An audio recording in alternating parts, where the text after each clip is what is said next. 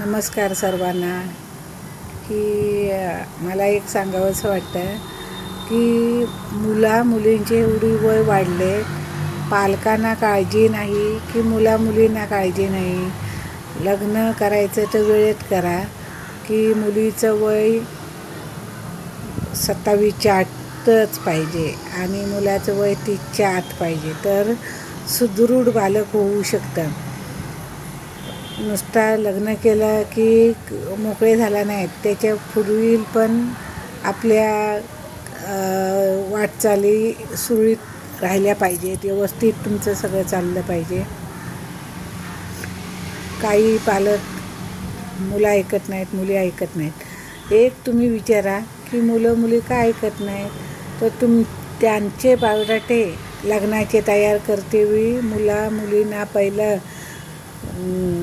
एक मित्र बनून, मैत्रीण बनून, त्यांना विश्वासात घेऊनच त्यांचे बायोडाटे फोटो तयार करा. मी बनवू का तुमचं काय बाहेर असेल नसेल तरी सांगा, बनव बोललात तरच बनवा. आणि जास्त पण परफेक्ट काय शोधू नका, परफेक्ट काहीच भेटणार नाही. परफेक्ट फक्त चपलाची जोडीच भेटू शकते, बाकी काही परफेक्ट भेटत नाही. तडजोड ही आलीच.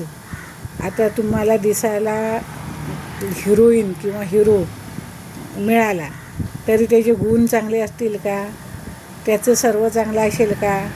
तो मुलाचे गुण चांगले असले तर त्या मुलाची आई असली तर ती समजून घेणारी असेल का?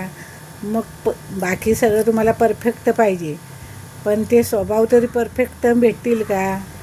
पहिला स्वभाव बघा की मुलगा समजून घेणारा पाहिजे, मेहनती पाहिजे.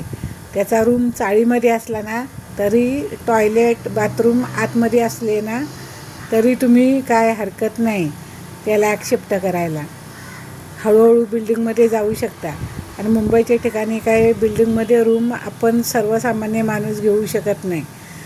काही मुलींची म्हणणं असतं की आमच्या आईवडिलांचं या बिल्डिंगमध्ये रूम आहे, तिथे आम्हाला सवय लागली. सवय ही कोणालाच नसते.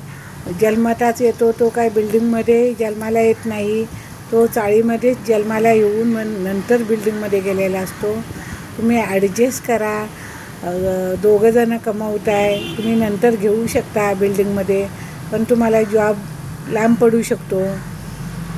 कारण आउटसाईडला बिल्डिंगमध्ये रूम तुमच्या मापामध्ये आहेत, पण मुंबईच्या साईडला ते शक्यच होऊ शकत नाही.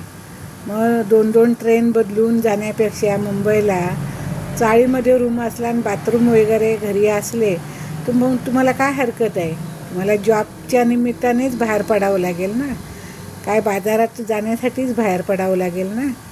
बाकी संडास बाथरूम टॉयलेट वगैरे आतमध्ये असले तर तुम्ही हरकत देऊ नका मुलींना. काही मुलं अशी असतात की मी इंजिनियर आहे, मला इंजिनियरच मुलगी पाहिजे आणि ती सुद्धा दिसायला सुंदर पाहिजे. असं कसं? आणि गुण पण चांगले पाहिजेत.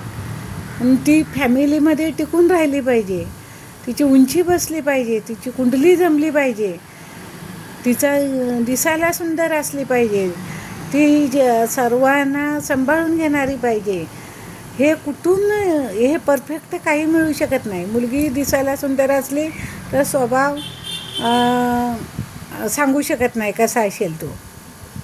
मुलगा दिसायला सुंदर असला तर स्वभाव सांगू शकत नाही कसा असेल तो. दिसण्यावर जाऊ नका.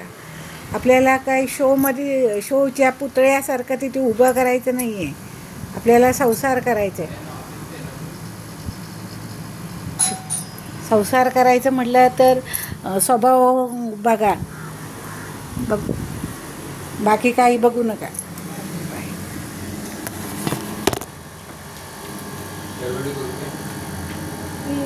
स्कूलमध्ये गेले का?